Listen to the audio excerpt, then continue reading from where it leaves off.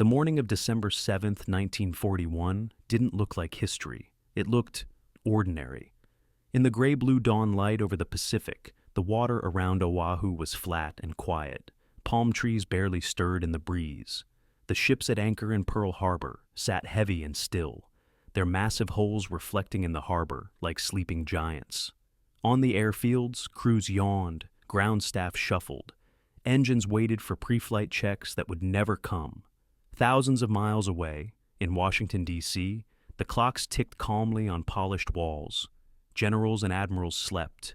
Staff officers read newspapers, thinking about Europe, about Russia, about the Atlantic convoys. The Pacific felt distant, safe. On Oahu, a few operators watched their radar scopes with mild curiosity. A cluster of blips appeared where they shouldn't be, but training, fatigue, and assumptions turned those blips into probably nothing. Then the first Japanese bomb hit. At first, it sounded like a thunderclap. Windows rattled, metal shrieked, sleep shattered.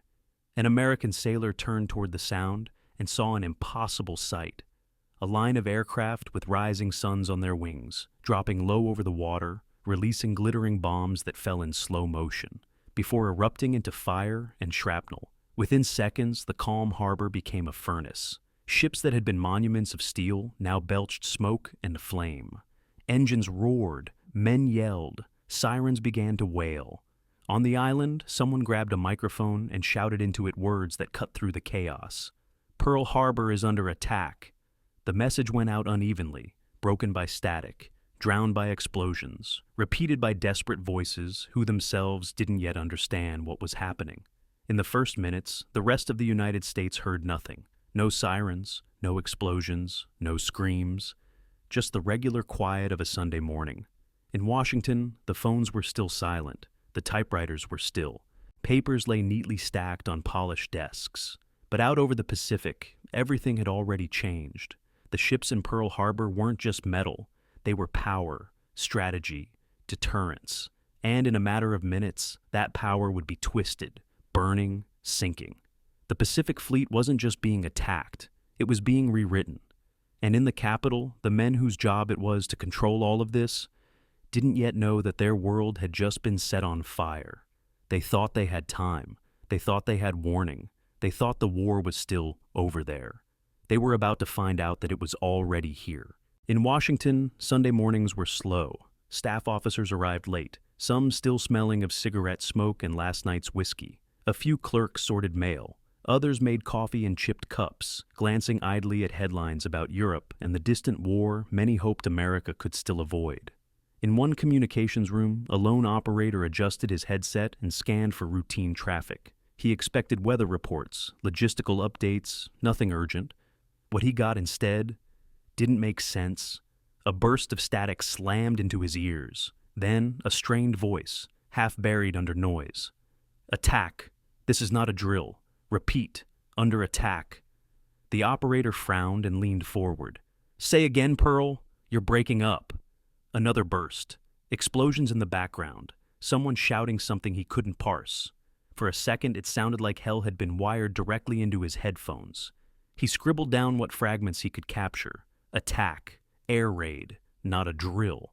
He tore the paper off the pad and rushed it to a supervisor, who read the words, blinked, and shook his head. Some kind of exercise, maybe? A miskeyed transmission? Another operator picked up the signal again.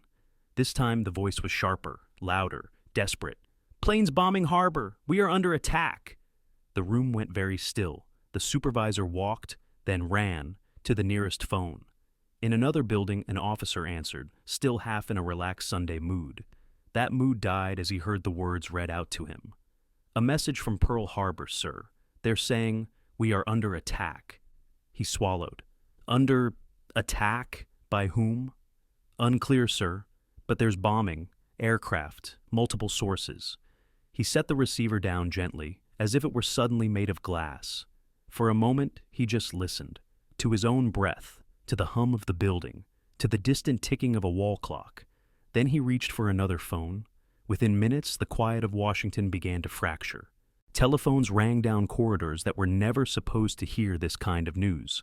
Officers were pulled from their rooms. Drivers were called to bring cars around. Doors slammed. In one office, a senior officer rubbed sleep from his eyes as a subordinate burst in with a message clutched in trembling hands. "Sir, it's Pearl Harbor." He read the report once, twice. The words didn't change. Air raid, bombing, not an exercise.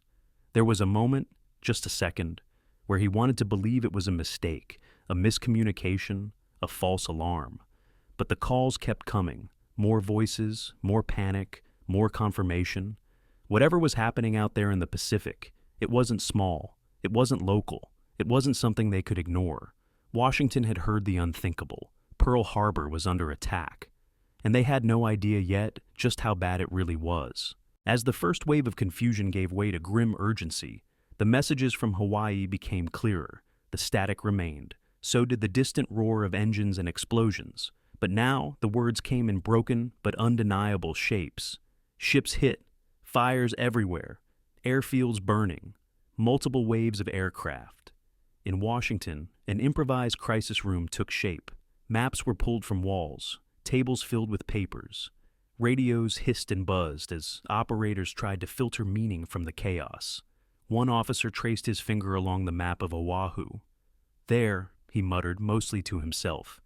"There's the harbor. There are the battleships. They're supposed to be safe inside." Another officer looked up from a fresh report. "They're saying one of the big ships exploded, completely. They can't even see the bow."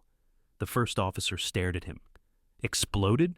Gone. Just gone." Across the room, someone read aloud from a shaken voice over the line. "Oil on fire, water burning, everything burning." The words water burning hung in the air. Oil, fuel, steel, all mixed into one floating inferno. Reports came faster now. Airfield destroyed, hangars hit, aircraft burning on the ground. It wasn't a raid on one corner of the harbor. It wasn't a single explosion or a damaged pier. This was systematic, deliberate, devastating. At one point, the line crackled and another message came through, almost shouted, "Harbor is a mess! Pearl Harbor is burning." Heads turned. Silence fell.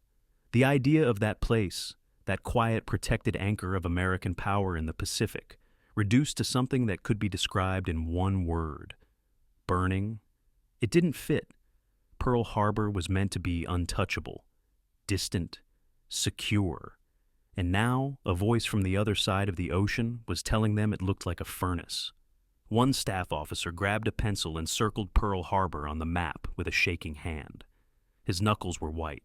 Another officer whispered, "If this is true, if even half of this is true, our Pacific fleet is in pieces." Nobody answered, because no one knew yet where the carriers were. No one knew how many ships were hit. No one knew exactly who was behind this, even though everyone already suspected. The room vibrated with the low murmur of overlapping voices, the crackle of paper, the hum of equipment pushed past its normal tempo. Washington had moved beyond disbelief.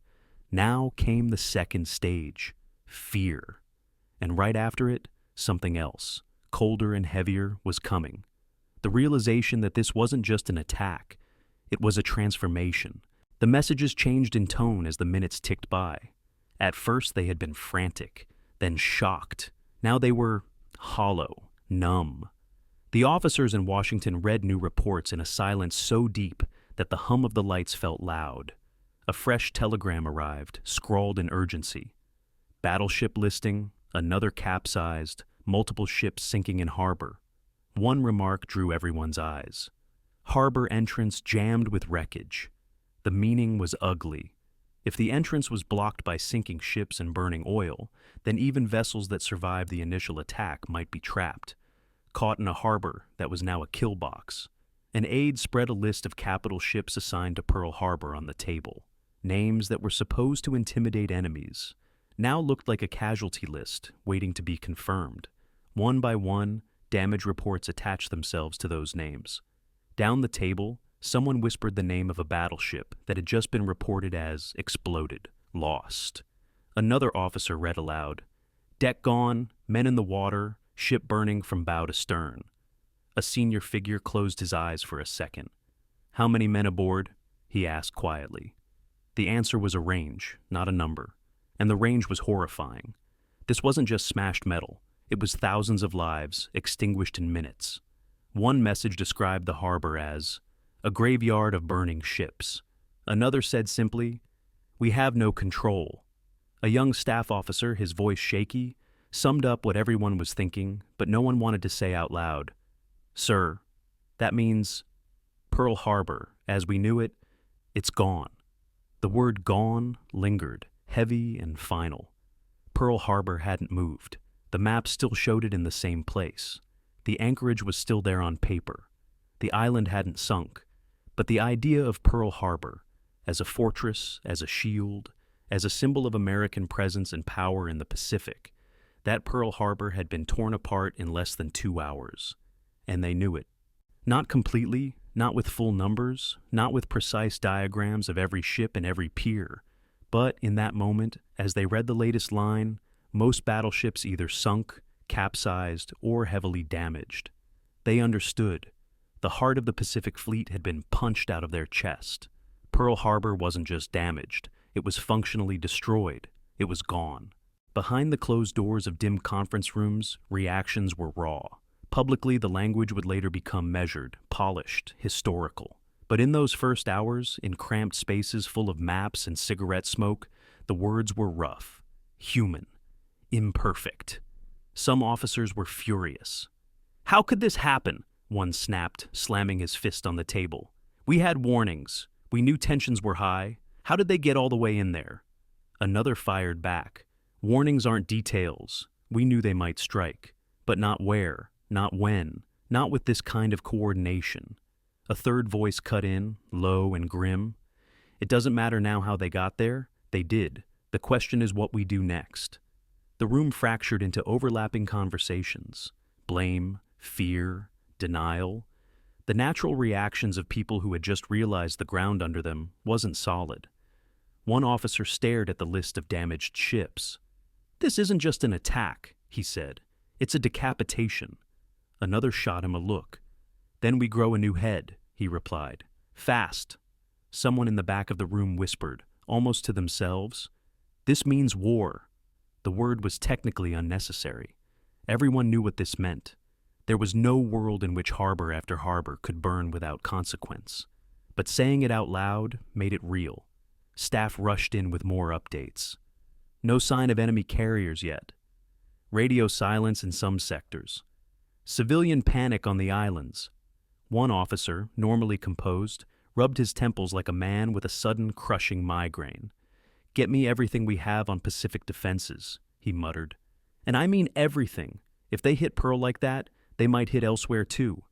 An aide started listing potential targets. Midway, the Philippines, Guam, Wake Island. Nobody in that room felt large anymore. They felt small. Small men staring at a spreading fire they hadn't expected to see ignite so close. But in that smallness, something else began to form. Not calm, not yet. Resolve. They had been hit, harder than they thought possible. They were shaken, but they weren't paralyzed. The room began to shift from despair to planning. Anger, fear, and shock hardened into something more focused.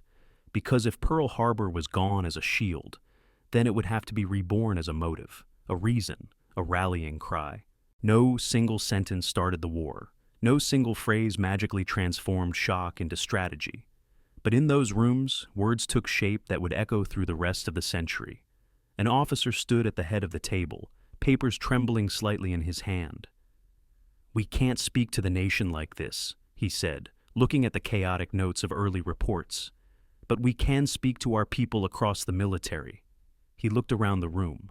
"First, we tell them the truth. We've been attacked. It's real, it's coordinated, and it's only the beginning." Another officer nodded. "Second, we tell them what hasn't been destroyed, the carriers, the industrial base, the will to fight."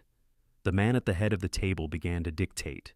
"Message to all commands. Hostile forces have launched a surprise air attack on Pearl Harbor. Significant damage inflicted. Major losses. Prepare for full-scale operations across the Pacific." A stenographer's pencil scratched furiously, turning raw words into official language. Elsewhere, another group worked on the message that would, in time, reach every living room, every newspaper, every ear willing to listen. They rehearsed phrases in their minds. Sudden attack, no warning, deliberate, grave danger. Those words would eventually enter history books in the polished form. But on that day, they were born in a cluttered room, shaped by men who had just watched a pillar of American power crumble into smoke and twisted metal. One officer leaned forward, voice low but firm. "Whatever we say, it can't just be anger. It has to be direction. They need to know this is not the end. It's the beginning of our response." There it was. The pivot. It wasn't about pretending Pearl Harbor hadn't been devastated. That was impossible. The photographs, the first-hand accounts, the loss lists, all of it would soon pour in and drown any attempt at minimization. Instead, the High Command decided to do something else. To frame this not as pure tragedy, but as a turning point, as the spark that would light a much larger fire, one burning in the opposite direction. By the time the messages were finalized, the essence was clear. Yes, Pearl Harbor had been hit. Yes, the losses were severe. Yes, the enemy had struck first. But no, this was not the end of American power. It was the beginning of its mobilization. The words weren't perfect. They didn't heal the wounded or raise the dead. But they did something almost as important. They told everyone watching that the United States wasn't falling apart. It was standing up. Slowly, painfully, but with a kind of focus it hadn't had the day before. Later generations would see Pearl Harbor as an event in a history book, a date, a series of photographs, a list of casualties. For the men in that room in Washington, it was none of those things. It was the sound of phones ringing without end, the sight of maps covered in fresh marks, the taste of stale coffee and cigarette smoke in a room that suddenly felt too small. They knew they would be judged for not seeing it coming, for not being ready, for the ships that burned and the aircraft that never left the ground. But they also knew something else. They could not change the morning of December 7th. They could only shape every day that came after. In the weeks that followed, the photographs arrived, grainy black and white images of battleships on their sides, sailors wading through oil-slicked water, smoke rising in pillars that stained the Hawaiian sky.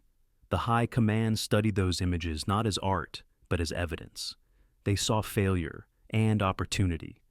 Pearl Harbor forced them to rethink everything: how they fought, where they based their ships, what mattered more, battleships or carriers, which allies they needed, how far America was willing to go. The attack did something no speech could have done. It erased the illusion that the oceans were a permanent shield. It turned the Pacific from a distant theater into the front yard.